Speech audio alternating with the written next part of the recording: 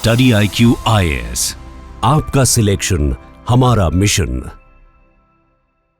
नमस्कार साथियों, मैं हूं डॉक्टर पंकज मिश्रा और बहुत बहुत स्वागत है आपका स्टडी IQ IAS हिंदी पर। साथियों, अगर आप और मैं दोनों लोग मिलकर अपनी पूरी जिंदगी सिर्फ पैसे बचाने में लगा दें, ओवर टाइम करें, वीकेंड्स पर काम करें, खूब सारी मेहनत करें, तो भी हम भारत के 1% अमीरों की एक दिन की कमाई के बराबर भी पैसा नहीं जोड़ पाएंगे। साथियों, यह निराशावादी बयान नहीं है, वास्तव में यह इस देश का गणित है। अक्सर हमें बचपन से बताया जाता है, सिखाया जाता है कि कड़ी मेहनत करो, अमीर बन जाओगे। लेकिन क्या यह सच है दोस्तों?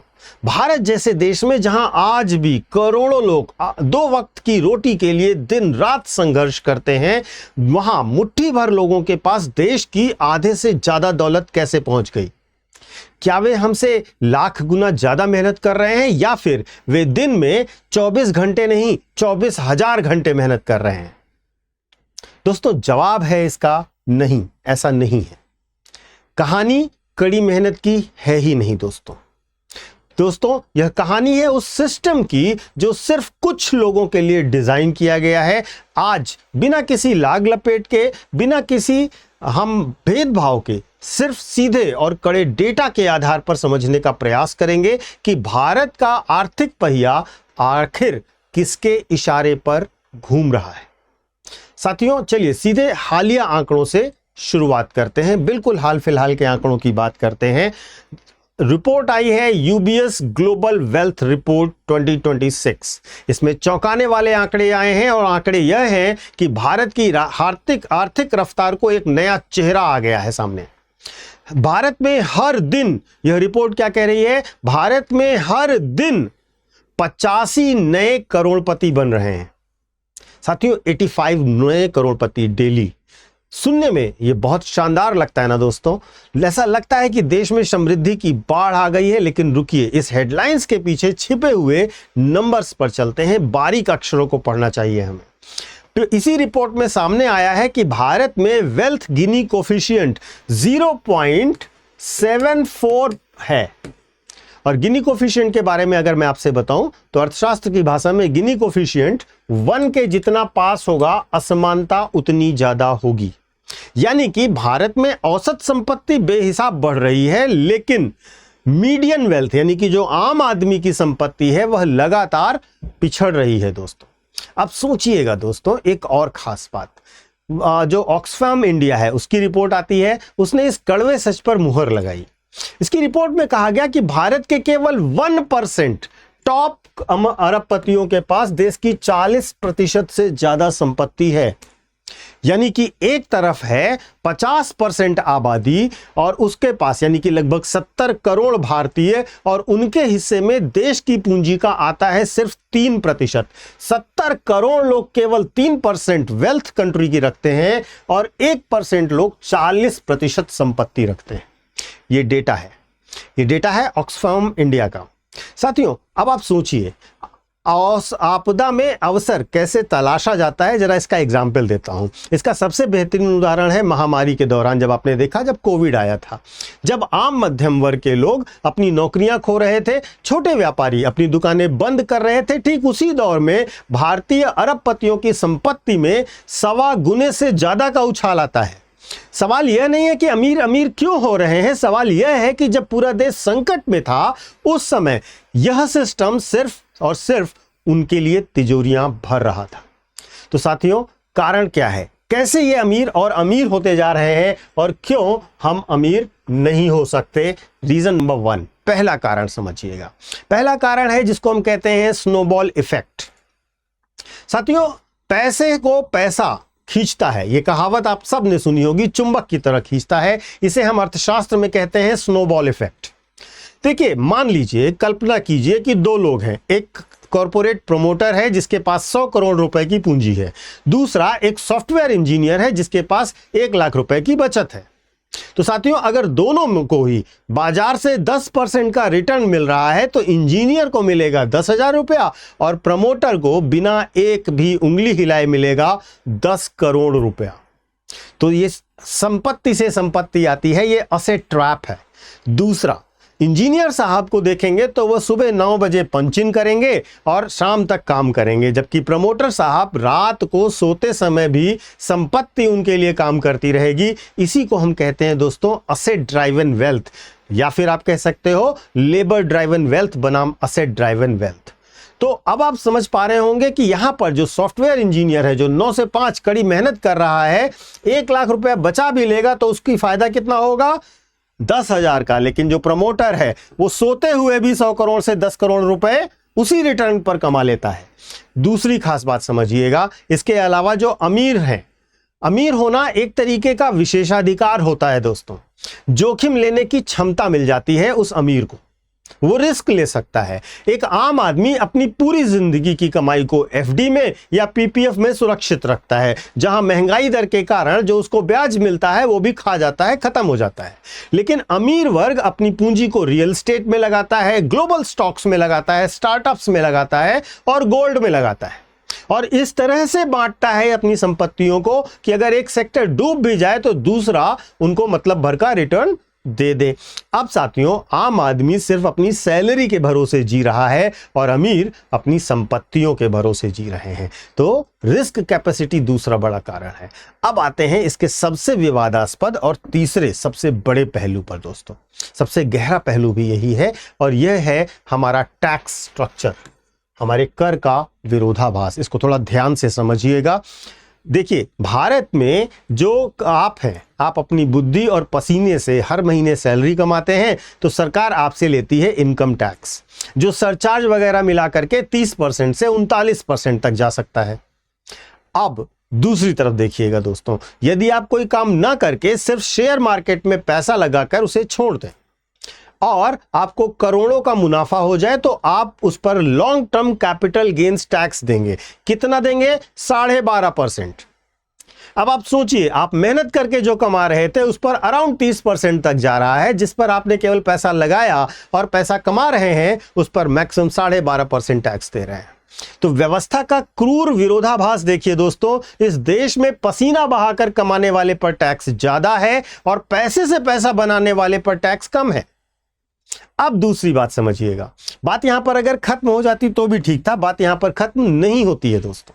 कॉर्पोरेट जगत को बढ़ावा देने के नाम पर बेस कॉर्पोरेट टैक्स जो है वो 30% से घटाकर 22% कर दिया गया। स्टेट बैंक ऑफ इंडिया की विश्लेषण के मुताबिक एक रिपोर्ट आती है, उस विश्लेषण के मुताबिक बताया जाता है कि टैक्स में इस भारी कटौती के बाद लिस्टेड कंपनीज का शुद्ध मुनाफा कई गुना बढ़ गया। कंपनियों के इस पैसे का इस्तेमाल कंपनियों ने कहां किया? नौकरी देने में और रोजगार बढ़ाने में या सैलरी बढ़ाने में नहीं किया, उन्होंने किया शेयर बायबैक में और प्रमोटर्स की संपत्ति बढ़ाने में। साथियों, सबसे बड़ी विडंबना समझिएगा वो है जीएसटी की। अब इस जीएसटी के कॉम्प्लेक्स स्ट्रक्चर को समझिएगा। अप्रत्यक्ष कर है जीएसटी, यानी कि जीएसटी को अगर आप कहें इकोनॉमिक्स में तो ये एक रिग्रेसिव टैक्सेशन है। जब एक दिहाड़ी मजदूर एक पैकेट बिस्किट खरीदता है तो वह उतना ही जीएसटी देता है जितना देश का सबसे अमीर उद्योगपति दे रहा है। नतीजन क्या होता है कि देश के कुल जीएसटी कलेक्शन का लगभग 2/3 हिस्सा यानी कि 2/3 देश की 50% नीचे की आबादी द्वारा पे किया जाता है। यानी कि टैक्स का सबसे ज्यादा बोझ किस पर आता है? नीचे वाले लोगों पर आता है और मलाई ऊपर वाले लोग खाते हैं। जीएसटी का ये इंपैक्ट हमें कभी अमीर नहीं होने देता। इसके साथ साथ तीसरा स्तंभ भी समझिएगा जो बहुत बड़ा और इंपॉर्टेंट है। हम क्यों अमीर नहीं हो सकते, यह एक सोशियोलॉजिकल फैक्टर है, इसको ध्यान से समझिएगा दोस्तों। वह है विरासत और एसेस का, पहुंच का। दोस्तों आप सोचिए, जब हम किसी सफल आदमी को देखते हैं दोस्तों तो हमारी नजर जाती है उसकी आज की सफलता पर, उसके पारिवारिक सेफ्टी नेट पर हमारा ध्यान नहीं जाता। सच्चाई यह है दोस्तों कि अमीर परिवारों के बच्चे 100 मीटर के ट्रैक पर 0 से शुरू नहीं कर रहे होते हैं, वह पहले से ही 90 पर होते हैं। और सबसे खास बात, उनके पास होती हैं महंगे इंटरनेशनल स्कूल्स, विदेशी डिग्रियां और सबसे महत्वपूर्ण जो होता है जिस पर लोगों का ध्यान नहीं जाता है उसको कहते हैं द ओल्ड बॉयज क्लब, यानी कि एक शक्तिशाली नेटवर्क होता है उनके पास। एक आम लड़के को किसी चीज की सिफारिश या पहुंच पर पहुंचने के लिए बहुत मुश्किल होती है, और वह चीज उनको बहुत आसानी से एक पारिवारिक डिनर टेबल पर मिल जाती है, आम बातचीत में मिल जाती है, जिसके लिए हम दिन रात संघर्ष करते हैं, जुगाड़ लगाते हैं, तब भी नहीं मिलती। तो साथियों, इसके आगे एक और कॉन्सेप्ट आता है, और वह कॉन्सेप्ट है क्रोनी कैपिटलिज्म का और मोनोपोली पावर का, एकाधिकार का। वैश्विक वित्तीय डेटा यह दिखाता है कि भारत में अधिकांश अरबपतियों की संपत्ति किसी नए तकनीकी आविष्कारों से नहीं आई है, बल्कि उन सेक्टर से आई है जो सरकारी लाइसेंस, प्राकृतिक संसाधनों और नीतिगत फैसलों पर निर्भर करते हैं। इस पर ध्यान दीजिएगा और आप देखिएगा, रिपोर्ट से इसको कनेक्ट कीजिएगा तो आपको आइडिया लगेगा। पोर्ट्स हैं, एयरपोर्ट्स हैं, माइनिंग है, टेलीकॉम है, इंफ्रास्ट्रक्चर है, इनसे पैसे आए। इन्होंने कोई नया इनोवेशन नहीं किया है दोस्तों। जब नीतियां इस तरह से प्रभावित होने लगे कि बड़ी मछलियां छोटी मछलियों को निगल जाएं, तो बाजार में प्रतिस्पर्धा खत्म हो जाती है और एक तरह की मोनोपोली वाली कंडीशन आ जाती है, जो भारत के बाजार में ग्लोबली रिकॉग्नाइज की जा रही है दोस्तों। हर एक चीज का ठेका कुछ महज गिनी चुनी कंपनियों को क्यों मिल रहा है, और वे कंपनियां कोई बड़ा प्रोडक्शन लाइन बना करके उसे नहीं प्राप्त कर रही हैं। इस बात को भी समझिएगा। और अब इससे बाद एक बात और समझिएगा दोस्तों, यह केवल आर्थिक मुद्दा नहीं है, इसको केवल इकोनॉमिक मैटर मत समझिएगा, यह एक लोकतांत्रिक संकट भी है दोस्तों।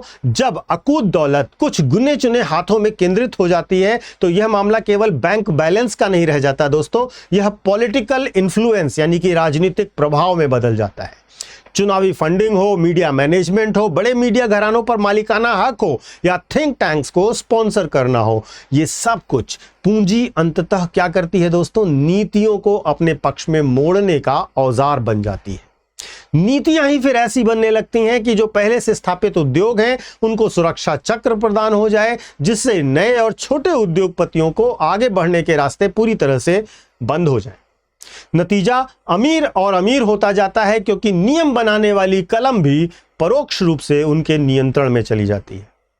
अब साथियों, इतनी सारी समस्याओं को समझने के बाद आप कहेंगे क्या समाधान क्या है सर इसका, इतनी नेगेटिविटी तो नहीं होनी चाहिए। तो साथियों, क्या हमें मान लेना चाहिए कि अंतर कभी नहीं मिटेगा? तो इसके लिए हमें ग्लोबल इकोनॉमिस्ट्स और नीति विशेषज्ञों की कुछ बातों पर ध्यान देना चाहिए। साथियों, वेल्थ और इनहेरिटेंट टैक्स जो है उसको लगाया जाना चाहिए, जिससे चरम असमानता को रोका जा सके। अधिक जमा संपत्ति और वसीयत पर टैक्स होना चाहिए। दूसरा, जो टैक्स पैरिटी है उसको मैनेज किया जाना चाहिए। मेहनत की कमाई और निवेश की कमाई के बीच टैक्स के अंतर को तर्क संगत किया जा सकता है। तीसरा, सार्वजनिक बुनियादी ढांचे पर सरकारों को अत्यधिक निवेश किया जाना चाहिए। बजट का एक बड़ा हिस्सा विश्व स्तरीय मुफ्त शिक्षा और स्वास्थ्य पर यदि खर्च हो तो गरीब का बच्चा भी समान धरातल पर मुकाबला कर सकता है। और एंटी मोनोपोली कानून जो है वो बहुत सख्त बनाए जाने चाहिए। किसी भी एक या दो कंपनी को पूरे देश के संसाधनों पर कब्जा करने से रोका जाना चाहिए। हालांकि दोस्तों, इसका कुछ अलग विचारधारा भी इसका भी है, काउंटर भी है, जो भी मैं आपको बता देता हूं। एक पक्ष मानता है कि अमीरों पर अगर आप ज्यादा टैक्स लगा देंगे तो देश का विकास धीमा हो जाएगा, लेकिन दूसरा पक्ष यह कहता है कि बहुसंख्यक जनता के पास खर्च करने के लिए पैसे नहीं है तो कंपनियों का उत्पाद खरीदेगा कौन? असमानता केवल एक नैतिक समस्या नहीं है दोस्तों, यह वास्तव में देश की आर्थिक स्थिरता के लिए एक टाइम बम भी है। तो साथियों, इस पूरे डिस्कशन का लबोलुआब क्या है, निष्कर्ष क्या है? हम यह जानते हैं दोस्तों कि अमीर लोग लगातार अमीर होते जाते हैं, और यह अमीर होना जाना महज इत्तेफाक नहीं है या फिर ज्यादा मेहनत का नतीजा भी नहीं। यह कंपाउंडिंग की ताकत, एक झुके हुए टैक्स सिस्टम, विरासत के विशेषाधिकार और नीतिगत पहुंच का एक सुनियोजित कॉकटेल है दोस्तों। हमारा मकसद किसी की मेहनत का अनादर करना नहीं है दोस्तों, बल्कि उस खेल के मैदान को मैं आपको शो करना चाहता था जो सबके लिए बराबर नहीं है।